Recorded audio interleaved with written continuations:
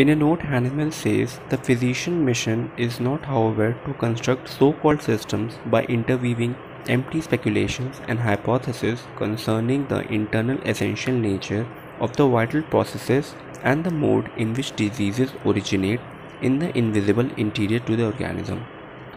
Hahnemann sir ने ये कहा है कि फिजिशियन का मिशन ये नहीं है कि वो सो कॉल्ड सिस्टम्स को बनाए या फिर वो इंटरवीव करे, मतलब इनको जोड़े एम्प्टी स्पेकुलेशन से और हाइपोथेसिस से, ये दिखाने के लिए कि जो उसका इंटरनल एसेंशियल नेचर ऑफ जो वाइटल फोर्स है और जो डिजीज़ कैसे बनती है, जो ओरिजिनेट होती है इनविजिबल फॉर्म में इंटीरियर ऑफ द ऑर्गेनिज्म में, मतलब एक इंसान के अंदर कैसे इनविजिबल तरीके से वाइटल फोर्स के डिरेंज होने से जो डिज़ीज़ बनती है वो हमें बताने की ज़रूरत नहीं है। ये फिजिशियन की ड्यूटी नहीं है। फिजिशियन की ड्यूटी ये है कि वो किस तरह से इंसान और पेशेंट को क्योर करे, तो etcetera. We know that in the present day people are perfectly satisfied if they can find the name of the disease they are supposed to have। ये आजकल की डेट में ये पाया जाता है कि लोग बहुत ज़्यादा सेटिस्फाई हो जाते हैं अगर उन्हें पता चल जाए कि उन्हें डिज़ीज़ क्या है और कौन सी डिज़ीज़ है। An idea cloaked in some wonderful technicality, और वो जो नाम रहे वो इतने अच्छे से टेक्निकल टाइप का लगे ताकि उन्हें बताने में और सही लगे। An old Irishman walked into the clinic one day and after giving his symptoms said, "Doctor, what is the matter with me?" एक बूढ़ा आयरिशमैन आता है क्लिनिक में और अपने सिम्टम्स देने के बाद वो डॉक्टर से पूछता है, डॉक्टर मुझे क्या हुआ है? The physician answered, "Why? You have Nexvomica, that being the remedy." Physician कहता है अगर आपको जो है वो Nexvomica है जो उसकी रेमेडी है। Whereupon the old man said, "Well, I did think I had some wonderful disease or other." तो वो इंसान पेशेंट कहता है, वैसे डॉक्टर साहब मुझे ये लगा कि शायद मुझे कोई बहुत ही अच्छी बीमारी होगी। That is an outgrowth of old fashioned folly of naming sickness। तो ये बता रहे हैं कि इस तरह के लोग नाम देने के लिए, अपनी सिकनेस को नाम देने के लिए ऐसे उत्सुक होते हैं। Except in a few acute diseases, no diagnosis can be made and no diagnosis need be made except that the patient is sick। सिर्फ कुछ एक्यूट डिजीज़ में कोई भी डायग्नोसिस करने की या फिर किसी भी डायग्नोस की ज़रूरत ही नहीं पड़ती है अगर पेशेंट सिक नहीं है तो। The more one thinks of the name of the disease so called the more one is beclouded in the search for remedy. जो जितना डिज़ीज़ का नाम सोचता है वो उतना ही ज़्यादा घिर जाता है कि उसको कौन सी रेमेडी ढूंढनी है। For then the mind is only upon the result of the disease. तब दिमाग सिर्फ और सिर्फ हमारा उस डिज़ीज़ के नाम पर रहता है कि हम उस डिज़ीज़ को कैसे सही करें और डिज़ीज़ को कैसे सही करें, and not upon the image expressed in symptoms. और तब हमारा दिमाग सिम्टम्स पे नहीं जाता है, जो ट्रू नेचर है पेशेंट का, जो ट्रू नेचर या ट्रू मेंटालिटी हमें पता चल रही है सिम्टम्स के ज़रिए। A patient of 25 years of age with gravest inheritances with 20 pages of symptoms and with only symptoms to furnish an image of sickness is perfectly curable if treated in time।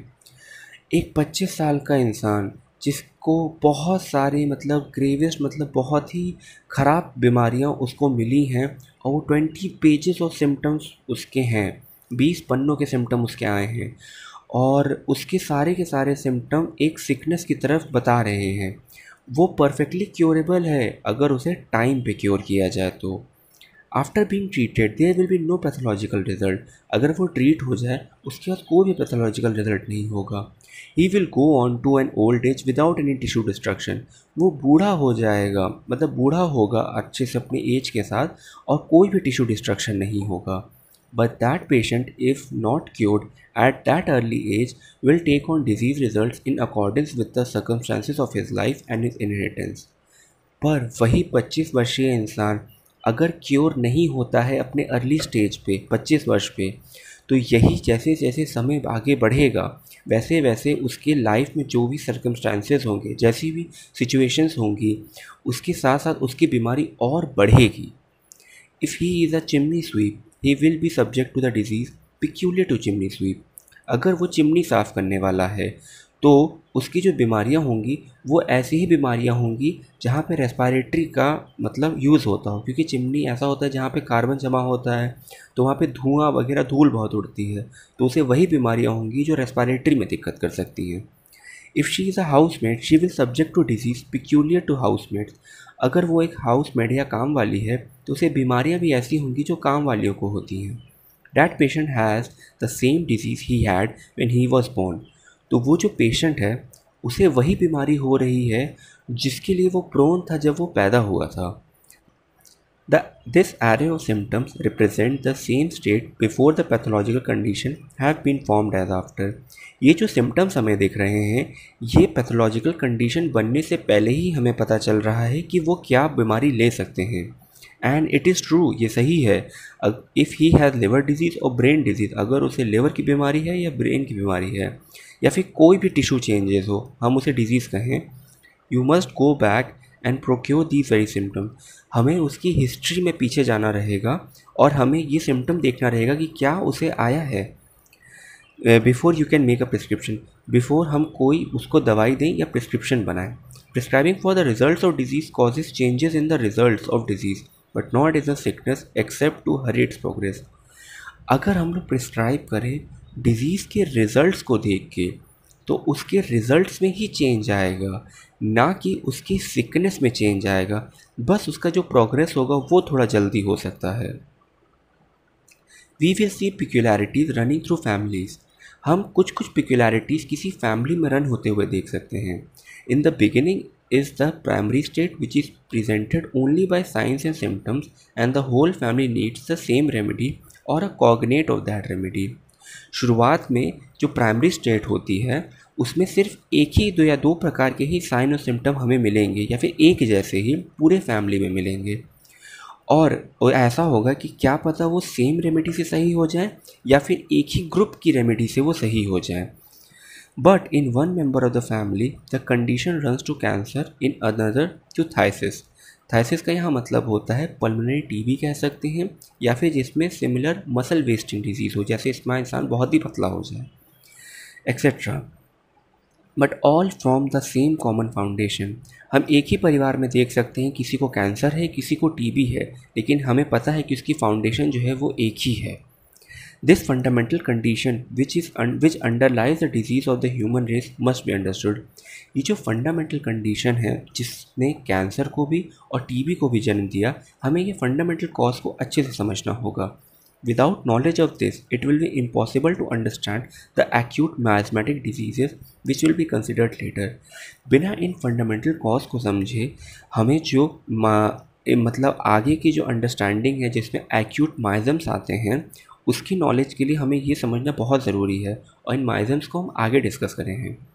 It is a well known fact that some persons are susceptible to one thing and some to another. कुछ लोग किसी के लिए susceptible होते हैं, यानी वो उसके प्रोन होते हैं, उसके वजह से मतलब वो उसके कांटेक्ट में आने ना आने से बीमार पड़ जाते हैं, मतलब वो थोड़े सेंसिटिव होते हैं, और कुछ लोग सेंसिटिव नहीं होते हैं।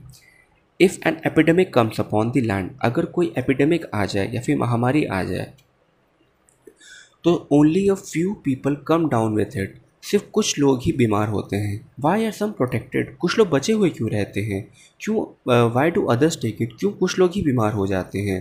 These things must be settled by the doctrines of homeopathy. ये डॉक्ट्रिन्स ऑफ होम्योपैथी हमें समझाती है। Idiosyncrasies must be accounted for. जो पिक्यूलियर सिम्टम्स होते हैं इंडिविजुअल के, ये हमें ध्यान रखने चाहिए। Many physician waste their time searching after the things that make their patient sick. बहुत सारे फिजिशियंस अपना टाइम बर्बाद कर देते हैं वो ढूंढने के लिए जो उनके पेशेंट्स को सिक कर रहा है या फिर बीमार कर रहा है। The sick man will be made sick under every circumstances.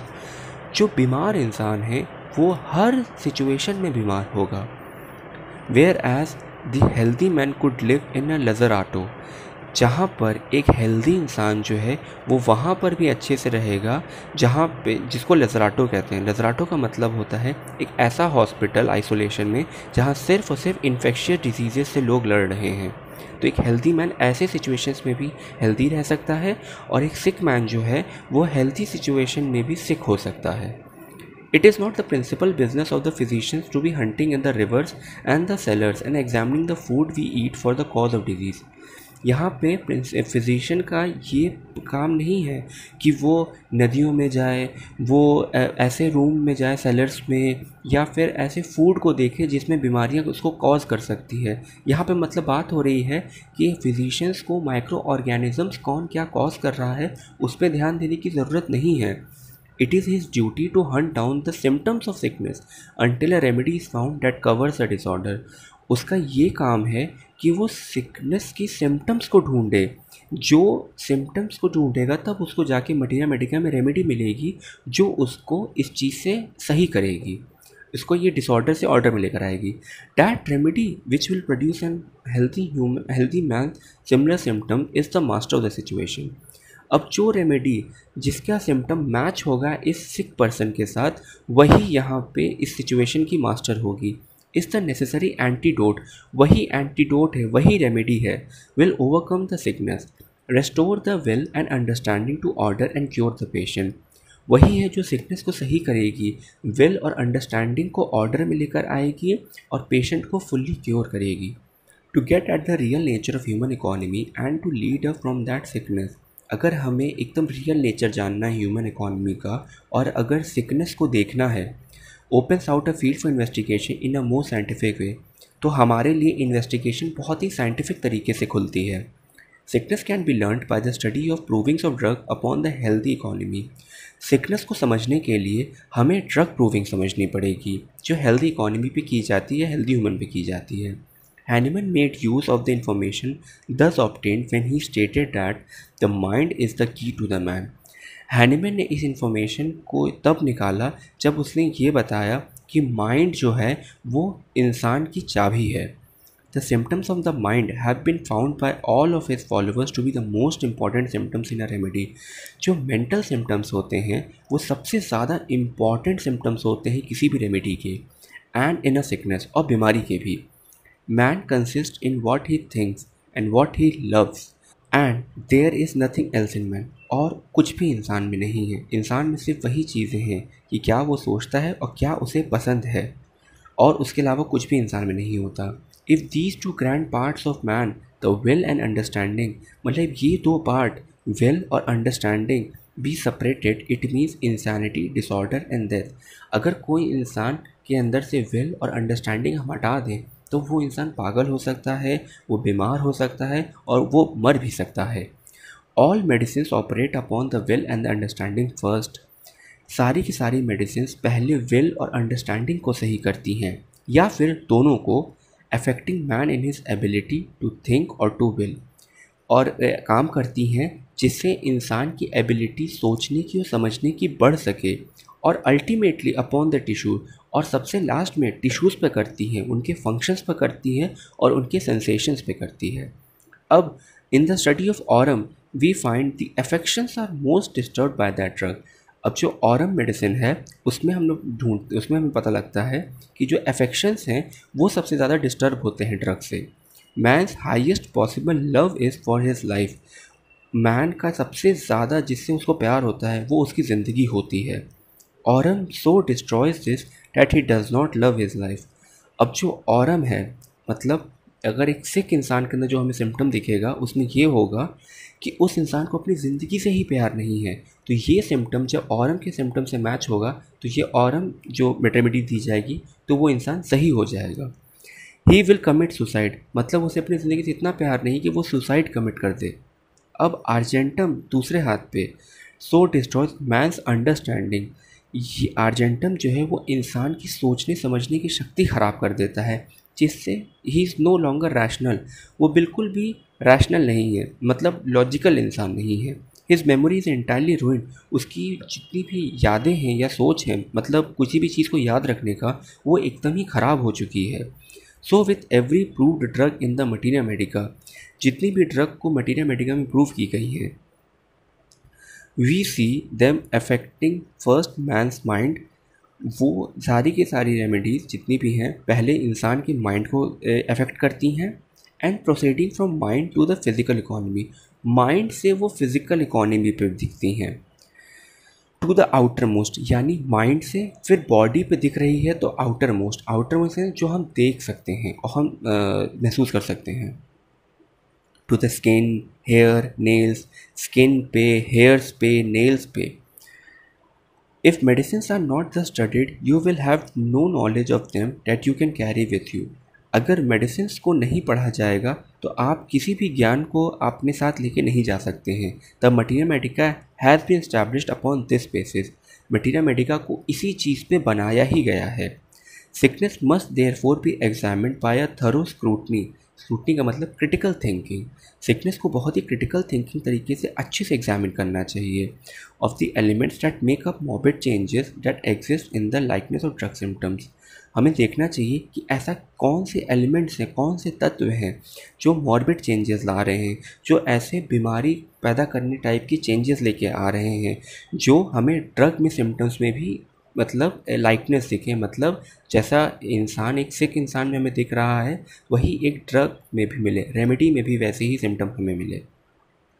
तो हमें बहुत ही बारीकी से सिकनेस को पढ़ने आना चाहिए, तभी हम लोग मटीरिया मेडिका से भी मिलती जुलती ड्रग को एक साथ कोरिलेट करके उस सिक इंसान को दे सकते हैं और उसे क्योर कर सकते हैं।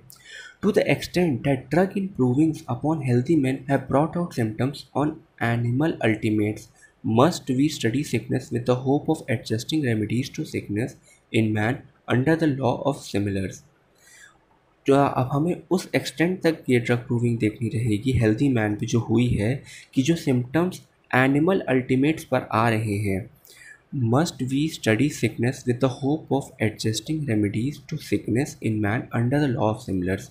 हमें इस तरह से पढ़ना चाहिए कि जो सिकनेस हुई है उसके साथ हम रेमेडी के सिम्टम्स को एडजस्ट कर सकें और लॉ ऑफ सिमिलर्स का हम अच्छे से बेहतर से यूज़ कर सकें।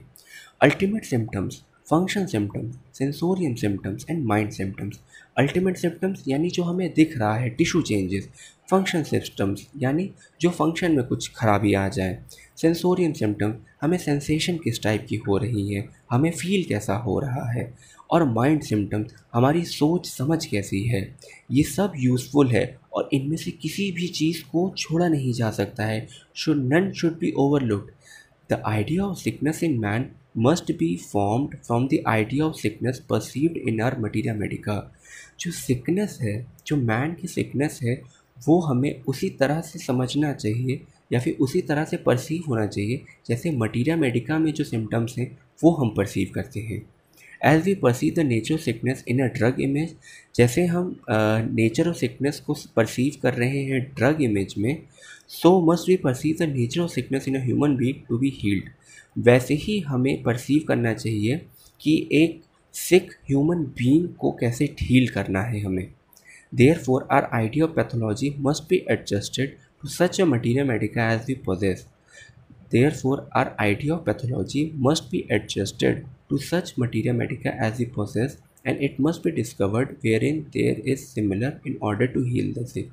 तो हमारे जो आइडिया ऑफ पैथोलॉजी होनी चाहिए वो ऐसे एडजस्ट होनी चाहिए मटीरिया मेडिका से कि हम ये डिस्कवर कर सकें कि हमें ऑर्डर कैसे लाना है एक सिक इंसान में हील करने के लिए। The totality of the symptoms written out carefully is all that we know of the internal nature of sickness।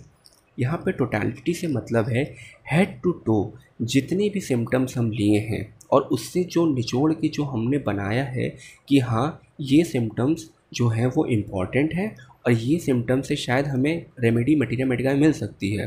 तो उन्हें तो टोटलिटी ऑफ सिम्टम्स जो लिखे गए हैं केयरफुली वो हमें इंटरनल नेचर ऑफ सिकनेस बताते हैं कि असलियत में ऐसी कौन सी मेंटालिटी है जो बिगड़ गई है। Then the proper administration of similar remedy will constitute the art of healing.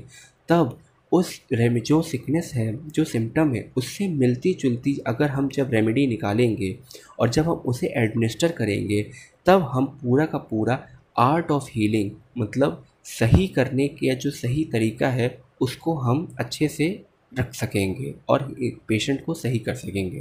Thank you.